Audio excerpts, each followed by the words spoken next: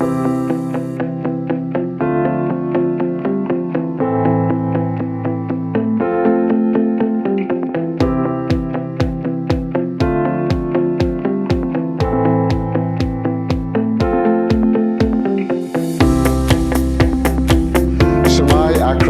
Hello and welcome to the first episode of Cartreficast, a new video podcast for Cartrefi Cymru Cooperative. My name is Rees and I am the Communications Manager here at Cartrefi, and I've been roped into being the host of our new video podcast. In today's first episode, we'll be chatting with Geraint Jenkins, our wonderful CEO, on a range of different topics, so do stay tuned for more.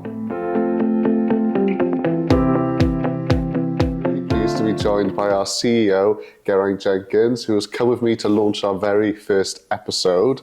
So Geraint, welcome. Would you like to introduce yourself for those very few people who might not know who you are? Yeah, sure. Thanks. So I'm Geraint. I'm Chief Executive for Cartrefi Cymru Cooperative. And I'm in the second year of being in this job. I've worked for Cartrefi for a long time now. I'm on my 14th year, really enjoying it. Before this job, I was the operations director, and before that done lots of different jobs in social care. So yeah, really excited. Thank you team for getting this off the ground. It's been aspiration for a while, so yeah, glad to finally be here and get it going. Yeah, lovely. And it's an idea you've had for quite a while in terms of blogging and different ways of communicating to our colleagues and the people we support. So when did the idea first come to start, blogging and doing a podcast for Cartrefi? Yeah, it's been something that's on my radar since taking the job on, really. So one of the things that's really tough about changing jobs for anyone who's, when you've done it is when you start sort of working with more and more people and being responsible for more and more people, communication gets really tough. And operational leadership is my background, so I'm very used to leading teams hyperlocally, managing services and things, and that communicating with your team is easier to keep on top of. You see people, you work alongside people, and as you sort of progress through your career and start being responsible and supporting more and more people, that communication is really hard to maintain. And so we've really struggled as an organisation to get communication right between the senior team, what sort of things we're working on and what we're deciding and what we're doing as an organisation, and getting that through to people and having people's input and dialogue and views on stuff is really tough to get right. We've not got it right up until now. So this is an attempt to try and open some of them conversations up a bit.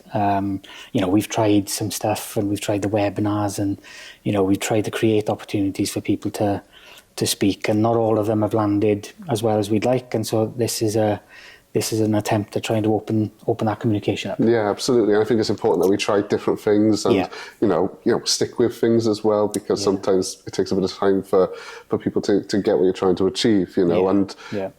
Obviously we've got Geraint with us today here on the podcast, but ideally we'd love to see some different faces and people out there in Planet Cartrefi who want to join us. So as ever, if anyone has a message they want to get out there or has something interesting they'd love to talk about, then please do let us know in the communications team, because we're really happy to work with anyone across Cartrefi and get them featured on here. So it's not just poor Geraint every time. No, and I'm happy to be here every time, but I'd love to have conversations with different people across the organisation and hear about different challenges, and even if we haven't got all the answers, we're really looking for the feedback and debate and challenge around some of the stuff we're doing. So if people are up for that and have views that they want to express and want people to see and hear, we're up for it, and get in touch. Yeah, absolutely. And we've got the future ambition to have guests potentially from outside of Cartrefi come and join us. We've got a queue. I've got at least 4 or 5 lined up, so that's going to be exciting. Other chief execs from other organisations as well, which will be interesting, just to get other people's views on some of the stuff that's going on. So and we may well modernise our studio as well, our makeshift studio here. It looks great. It's we got some ideas how we can improve the aesthetic a little bit on that, and potentially as well in future doing Q&A sessions where people can submit questions in advance. One thing that I think is difficult about having the sort of Ask Us Anything sessions on Teams is that sometimes people can feel a bit on the spot, and sometimes people obviously might be on shift or away. So having people giving people the opportunity to submit a question. Yeah. For us here, might be a better way of doing things. So we'll see what works. That's pretty cool. Yeah. So, generally, Geraint, in terms of Cartrefi now, we've entered the new year, 2026. Yeah. We often get updates through our colleague Connect and previously the leadership update. Would you like to go through what are the big sort of Cartrefi headlines as we move into the last part of the financial year and heading into spring? So we, believe it or not, we're sort of year 2 into our strategy now. So the strategy we drafted and finalised just as I was coming into post is, it's sort of well underway. And so there's lots of really good things happening for the organisation, and our impact is, we're getting better year on year at having that. So we've grown services, we've welcomed new people on board, we've done lots of sort of really, I'm really over the moon with the activity that's happening in our forums and how we're getting organised locally to do added value things and create opportunity for people that isn't funded by the state or isn't reliant on external funding, so we can make sure that it keeps happening. So our response after the pandemic has been really strong. We've come out of the pandemic really doing the right things for people and building back up the opportunities that sort of melted away in the pandemic. So lots of good sort of direction of travel stuff. We've got lots of investment going on in our leadership teams, in people. The people strategy stuff is people are starting to feel it now. We've been talking about it for a while, but the whole values work is starting to, people are seeing it and feeling it, and the big example of that is the award ceremony we had recently, which was amazing. Well done, by the way, for hosting us. It was a fantastic job. Yeah, it's a definite second career there for you. So things like that are starting to, the organisation, I hope, are starting to feel it now, not just hear us talk about them things. So it's lots of really good stuff happening. I mean, the difficult part of this time of year for us and the leadership team is it's budget setting time. Yeah. So we are often this time of year sort of locked into negotiations with our funders, basically, to try and get the financial support we need to do all the things we want to do and keep doing for people. So that's where a lot of the leadership capacity is going at the minute, is just a bit of lobbying, a bit of campaigning. I'm spending time with both governments, Welsh and national governments, where I can, to sort of lobby and get wages up for people is the main driver. But getting our cost recovery sorted through our contracts is kind of where we're at the moment. Of course, and that'll continue right up into April and most likely post-April. It's not uncommon for us to not know how much income we've got coming in even after the annual, the financial year starts, believe it or not. Yeah, it's been very, very tricky, hasn't it? Of late, obviously, the budget was very challenging for not just for Cartrefi, but the entire sector, and threw up some curveballs. Yeah, it did. Yeah, so last year was a pretty bumpy one for us. So the national insurance was a sort of curveball that took everyone by surprise. That the sector's still reeling after. We're still organising ourselves to try and get that funded stably, as our local governments. It was just as much a curveball for them as us, I think. And so the national picture on budgets and how local governments are getting their funding from Welsh government is, it's not easy all round. So it's tough. Yeah, and obviously we've got the Senedd election coming up in May, so we need to tell our story and make clear what Cartrefi and the people we support require from the next Welsh government. We need to make that quite clear. Yeah, and we're doing lots of that. And to be fair, we're really lucky in Wales. We've always had a political climate that's willing to listen. So we've got really strong legislation in Wales. We've got really strong policy direction in Wales. And I think even with the change in government, there's for the things that we want to do and support and get right for people, there's lots of cross-party consensus on. Yeah. So I don't think there's any wild shift in direction of travel for our provision in the short term, even if the Senedd elections, they're likely to result in a new government. There's no getting around that. But there's a lot of shared support for what we're trying to do. But it's important we get our voice heard and we're seen as part of the infrastructure, that we're valued the same as people value other public services. Yeah. The NHS does a fantastic job for us in our country, and we're super lucky to have an NHS. But the value that's put on a service like the NHS is not the same as we see in social care, and so that's what we need is parity and equality, and to be valued and viewed the same as other public services. So that's what we're pushing for. Absolutely, yeah. That's what we want, yeah. And that's why it's so important that, like I say, we have platforms like this and what we do on social media and the website to tell the story, particularly for people who can't tell their own story, so 100%, yeah. it's absolutely important. One topic, and it's linked to what we've been talking about, that always gets high readership on newsletters and attendance at Ask Us Anything sessions is the topic of pay. Yeah. We've laid out some of the challenges, financial challenges we and other providers are currently going through. But is there sort of an update you can give us on pay looking into the new financial year? Yeah, so there's some certainty we're confident around already. The real living wage, we're really lucky in Wales. The policy direction in Wales has been to support the real living wage for social care workers, and that's something we're really keen on maintaining. So we're really proud to be a real living wage employer, and we fully intend to maintain that going into the next financial year. So frontline colleagues will absolutely have at least the real living wage come April. We're still working to work out what else we can do, because as positive as the real living wage is for the sector, it's actually inadvertently flattened the space again, which means it's great, but it's still not enough in my view. And it's still not equal compared to other public services and how they're valued. So I think we need to be looking at the real living wage as the minimum, not the maximum. And the difficulty you get when national policy sets a rate like the real living wage is it almost inadvertently puts a ceiling on it. Yes, yeah. And so we're trying to break that down a bit and try and work out how do we get above the real living wage. And currently we are slightly above the real living wage by 14 pence, but that 14 pence was surrendered through a reduction in terms and conditions when we consulted on that. So it doesn't feel like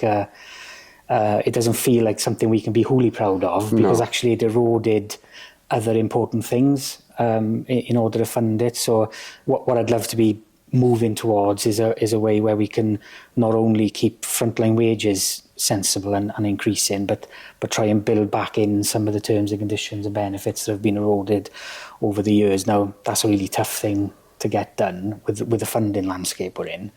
But that's what this year's budget negotiations is always about, and every year is the same, is we work out how much we can augment frontline salaries. And then the other thing that we've got to pay attention to, certainly for frontline leadership roles and operational roles, is the differentials. Yes, yeah. So the knock-on effect through the scale to make sure that frontline leaders are valued and rewarded, as in the same way. We need to be paying attention to there. So we've got plans for all of this stuff. There's lots of scenario planning happening. There's lots of modelling happening.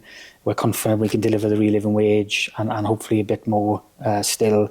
And we're hoping to put on sensible differentials. But we'll be out to you soon with what exactly they are once the budget stops moving. But some of the high level things to think about, which are always really interesting when I talk to colleagues. When I get the chance to speak to people one-on-one, and wages is a very difficult thing to put across what the complexities are. Course, but we're a big organisation now. We're 1,300, just under 1,300 colleagues strong. We deliver 35,000 hours of support a week thereabouts. So huge amounts of activity and delivery everywhere. And to raise the salary for people by 10 pence, which might see sort of 8 pence an hour in people's wage is kind of a £300,000 to £400,000 problem for us to. Yeah. So that's the dial we're working with. So every sort of 10 pence investment we want to put into salaries, that's nearly £500,000 of annual budget we've got to carve out and negotiate. So they're big problems to solve, but there's lots of opportunity to keep pushing forward, and I think we just got to get better year on year. That's the plan, is try and instead of getting, we've had a few years where we've had to roll back on conditions and pay and really slow that down, and I'm after momentum more than I'm after quick fixes. We need to be sustainable, and we need to do it safely but progressively. Just keep on doing better. Yeah. And absolutely, and I guess that ties into my next sort of question, was about how we're doing in terms of recruitment and retention. One of the number one things you talk to people working out operationally is the challenges of filling rotas and cover and sickness and things like that. So how are we looking at the moment? I think we're looking, well, if you want to go be really data driven on it, we're slightly above average, which doesn't sound great. It's not really where we want to be, but it is improving. We're not, our turnover rates are above average. For our sector, it's not unusual to be close to 30%.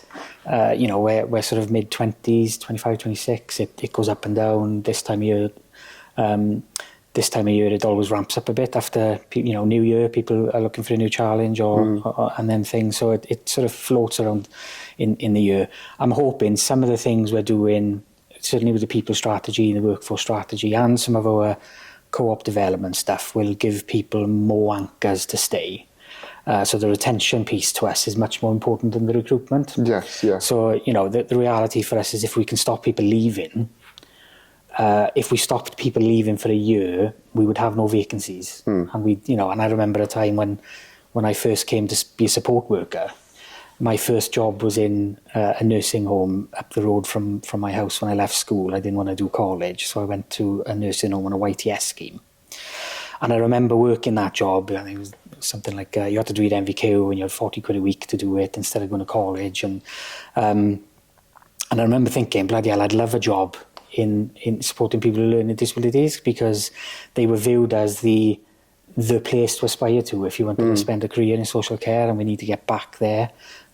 The wages are flatlined across the piece now, and we've, we need to get back to people aspiring to be a support worker in our sector. And I think that, we're really lucky to have loads of passionate people that turn up every day to do the work. But some people leave through avoidable reasons, and we've got to own that. That's something we've got to double down on. And I know that the people team, Alison's strategy is definitely we're starting to feel it now. And I'm hoping that, again, with momentum and getting a bit better year on year, we can give people more reasons to stay, and also with an equal eye on attracting new people. But if we can slow down people leaving, that's more important to us than recruiting. Absolutely, yeah. And I think we've talked about, some heavy stuff here, Geraint. You've mentioned, it being a new year and new year, new me and stuff like that. Have you made any New Year's resolutions or anything like that? Was that your cup of tea? Or? No, I'm not big on New Year's resolutions, mainly because I struggle to stick to them, I think. No, I'm continually, the whole, I still feel like I'm new in the job. I still feel like I'm learning. So I am spending, a conscious effort to try and speak to cleverer people than me, recruit cleverer people than me, to do the stuff we need to get done. So I'm always learning and talking to people. Personally, family's hard, family life balance is hard. So getting that balance right is always something to try and pay attention to. Getting fit and well, same one everyone picks. Eat better, move more, all the usual stuff. So no different to anyone else, I don't think. No, fair enough. No, that's a bit of an unfair question because I don't have one of my own. But I remember Teresa in Swansea doing an activity asking everyone in the social bean what their New Year's resolutions were, and the team and I were struggling to think of our own. I think we said something about reading more books or something like that. But easy just to think of something off the cuff. But then to actually go out and do it. And read. Reading, I can enjoy it in small spurts. I struggle to concentrate. My partner reads loads of books. She loves like crime and horrible stuff, murders and stuff. And she'll read books and chew through them in a few days if she has the time. But I just haven't got the patience for that. So I do listen to stuff. So audio books, if I've got to read, like if there's an audiobook version, that's my default. Especially on the road quite a bit. Yeah, exactly. A lot of the work stuff, the work stuff rarely gets to audiobook. They're all very small run prints. So you just You just got to suck it up and read it, but it takes me a while. Yeah, no, fair enough. Well, there you are. Well, thank you so much for joining us, Geraint. Obviously, first guest and the pioneer, and like I say, hopefully it won't just be all on you going forward. We'll have some different people coming in to share their views, but naturally, I think we'll probably catch up with you a few times through the year on the podcast. And look forward to hearing more from you, and thanks for joining us. Cheers, Will. Thanks for organising. Thank you, team, behind the camera.